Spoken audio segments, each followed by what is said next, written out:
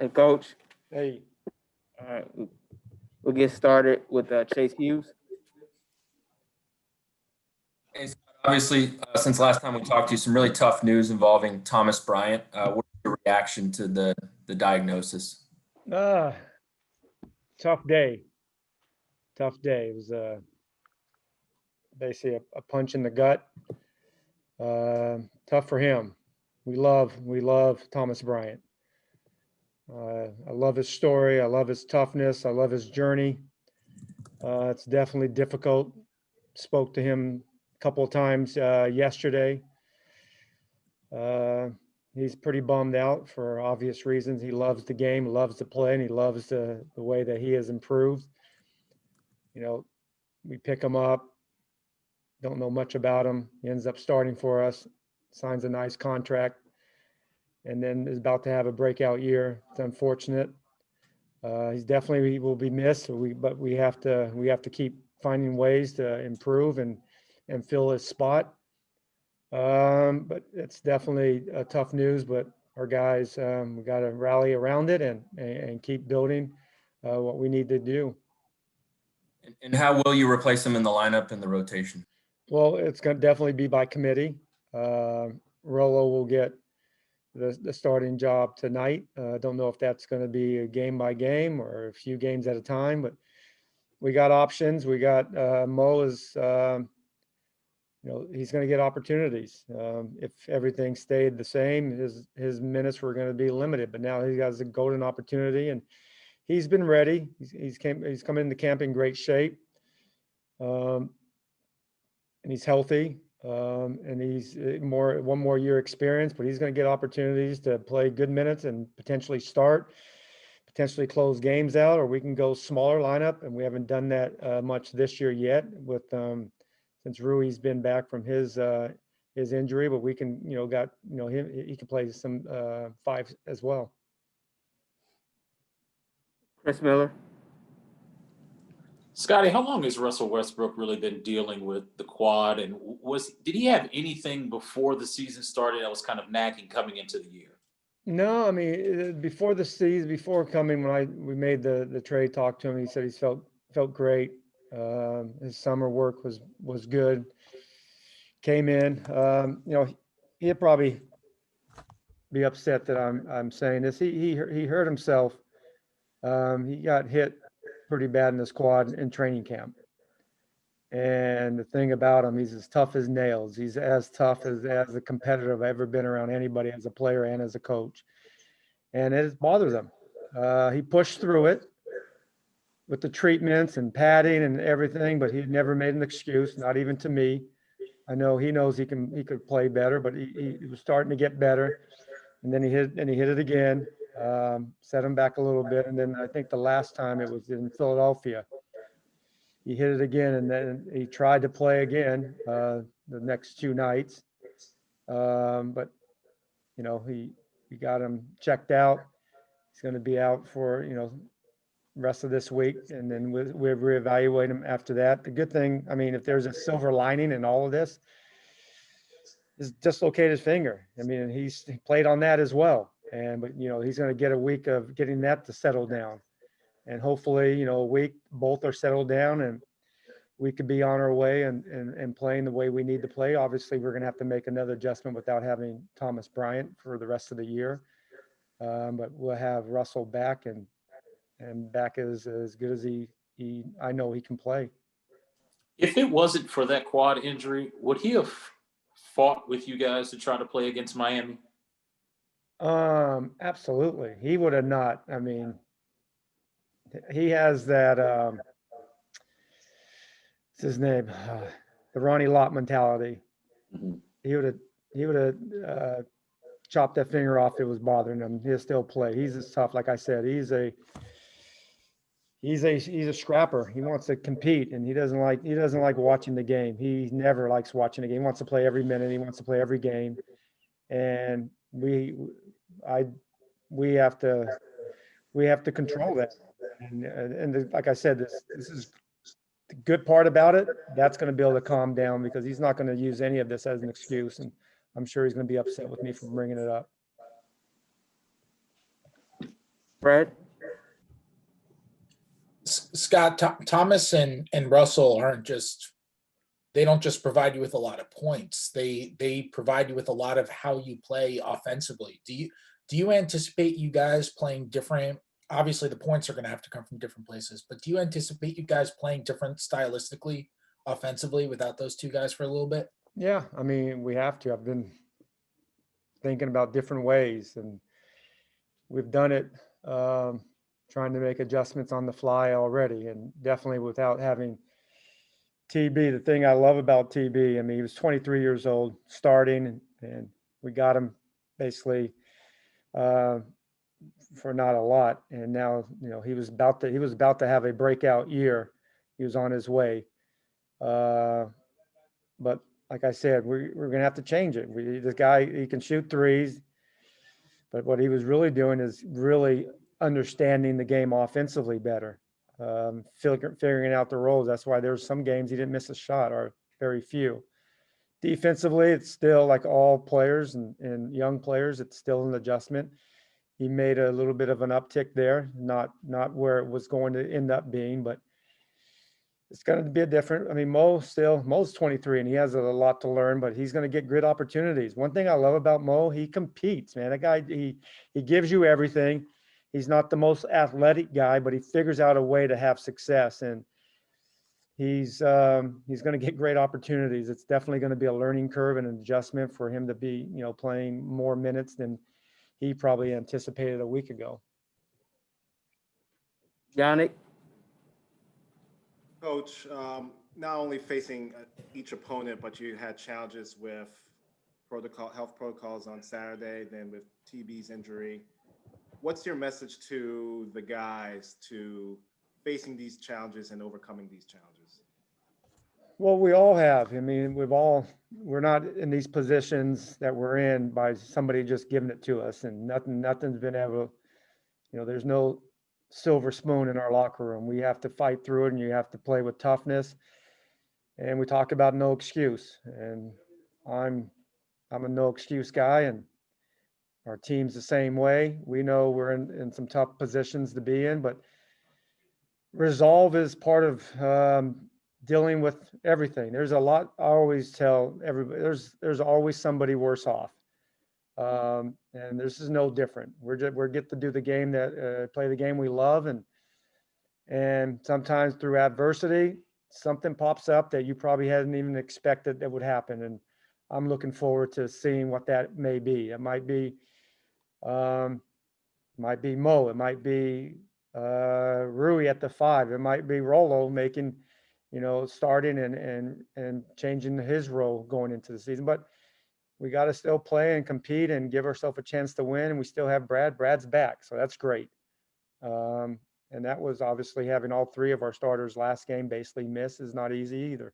But we managed to keep the game competitive, and we fell a little short. Ava?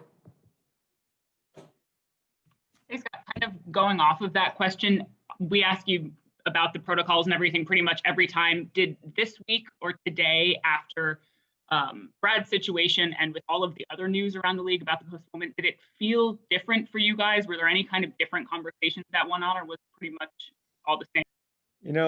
There's so many different the protocols, the memos, and everything. I tried not. I can't keep it. I can't keep up to date on any of them. I just listen to what our medical team and the NBA tells me. And they said Brad can play tonight. That's great news for us. Obviously, he's not only one of the best players on our team, he's one of the best players in the league. So we have him against a very hot Phoenix team is going to give us a better chance to win than if we didn't have him. But I don't know what all goes into the decisions on the safety and protocols, but I do know this, and I'm 1,000% confident in this. The NBA is going to do what's right for the players. And if the players need to sit out, we have to sit them out. If they can play, they can play. They're not going to put any of us in harm's way. It's not that important, and they know that. And I'm confident in the league's decision on all of it. Some of it I don't really understand, but I'm not here to understand all the ins and outs of the protocol, the medicals, and all the things that they know, and that's what they do, and they do it at a high level, and they do it very well. And I think the entire league's confident in what the NBA gives us. Do you know if, since Russell won't be playing, will he be allowed to still be around the team and interact with you guys as normal, or no? Yeah. I talked to him today. Met with him for a bit before our walkthrough. He's feeling better.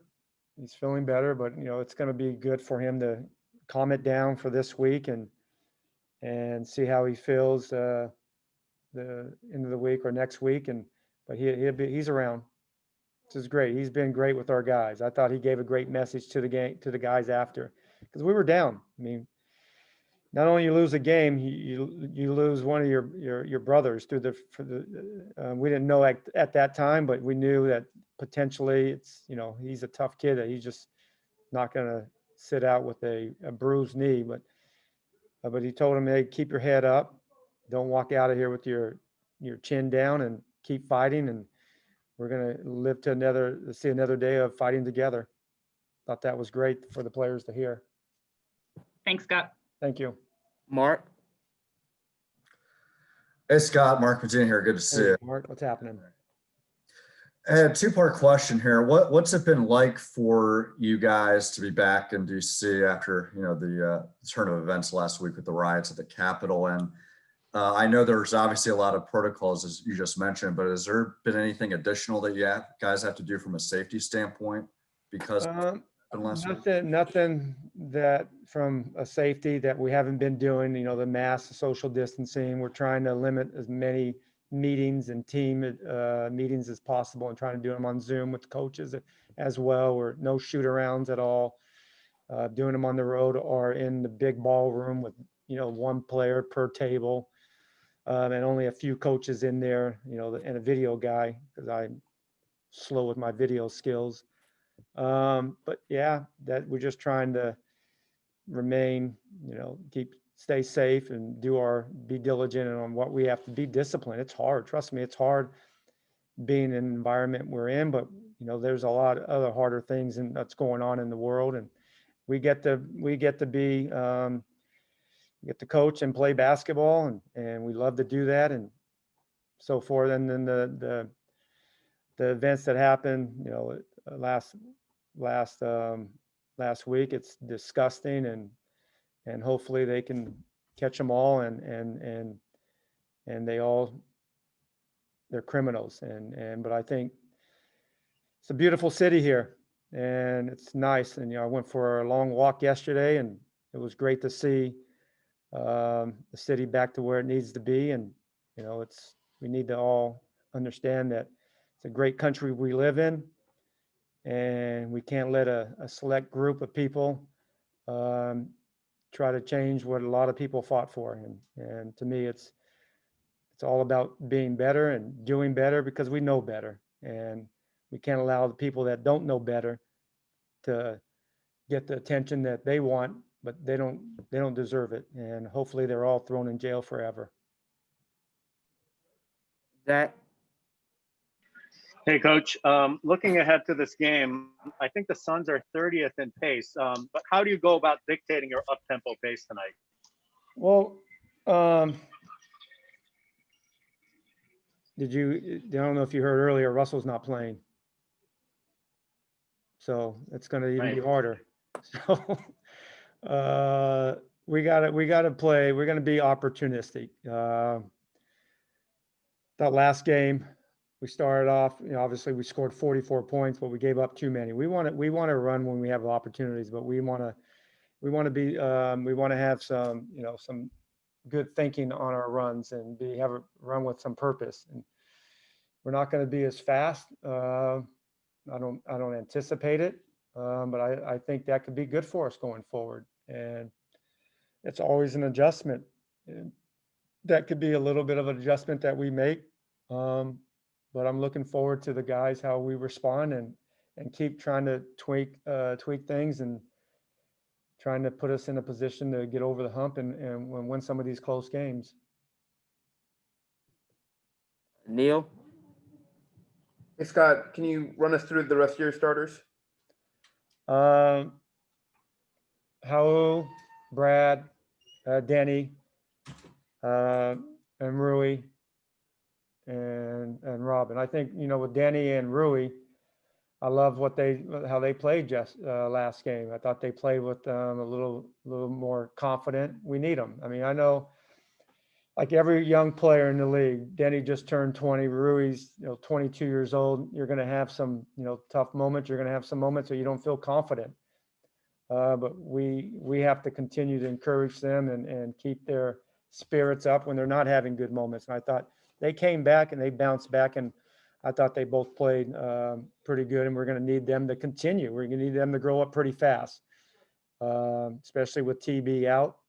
But we need them to grow up pretty fast. And Russell will obviously help when they come back. But right now, in the next week or so, we need those guys to play like they played last game. Yoko.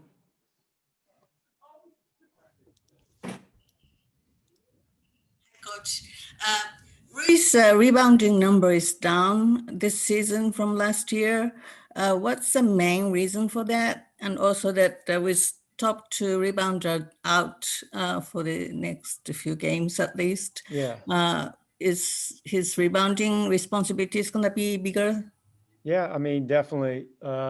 We need Rui to rebound much better, Yoko. It's he hasn't been able to get there consistently, but we need a bigger presence from Rui. I think, he obviously came in and then he had, the eye irritation. So and his minutes were a little, not as high that I would like to play him. And but I think, going forward, we need it. TB, like I said, I thought his rebounding was another big step without having Russell was another knock, the next, so many games. But we need Rui to play both ends of the court. And I think offensively, he's figuring some things out. And I think it's been easier for him, but defensively, like a lot of young players, it takes time. And I'm patient, and we're going to continue to be patient and work with them. But rebounding is a part of being a better defensive team, and rebounding is a part of being a better defensive player. And we need some more rebounds from them. Thank you. Thank you. Take a last question from Ohm. Hey, Scotty, good seeing you. Same here. You were just talking about how strict the protocols are, and rightfully so. The NBA is trying to keep guys healthy and teams healthy. But I'm wondering, as they discuss maybe getting stricter with protocols, as a coach trying to navigate your team through all of this, let's say they get rid of more practice, they limit practice times and more shoot arounds. What's your biggest concern of just maybe keeping guys healthy, or maybe other unforeseen concerns that you might have as a coach trying to navigate your team through this stuff? Yeah, I mean, it's definitely the hardest position for not just me, but all the other 29 coaches. Maybe not as many as like the experienced veteran teams, but we had, 19, 22, 21 front line, or 23-year-old front line, and you need practice time. You need time on the floor. But like I told them, we're going to have to figure things out differently than a normal NBA season. We can't use it as an excuse, and it's not an excuse, it's facts. And it's been tough, but because there's moments that, you can work on some things and help you close out games. And we're trying to do it through film, and we all know everybody learns differently.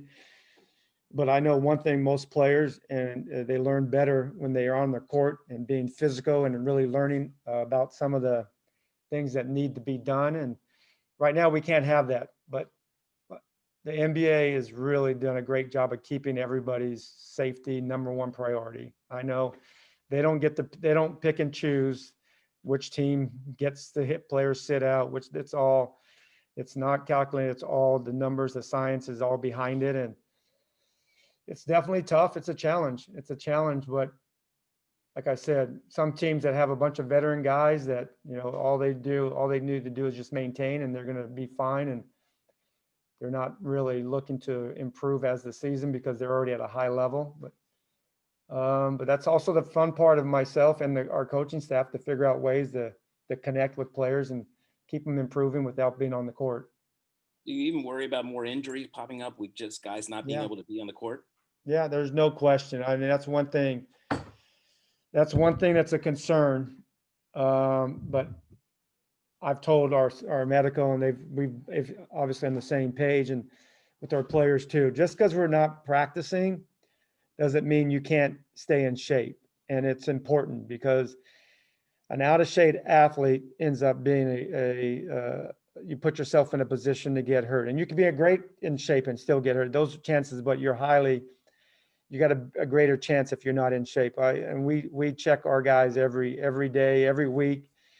Everybody's their cardio, and we get it in, and we're going to continue to get it. They're not going to be able to play a lot of practices, and who knows, that might even change in the future but you can't worry about that, but you have to be concerned with our guys' conditioning. But if you're just saying we're not practicing and you're not doing your cardio, and that's dangerous, but we're not doing that. We're gonna stay in, whether I have to go with the player to go for a run down, in the mall, I'm going to do that. We have to keep these guys in shape if we can't practice contact wise. Thank you, Scott. Appreciate it. Thank you. See you guys. Thanks, Coach. Yep.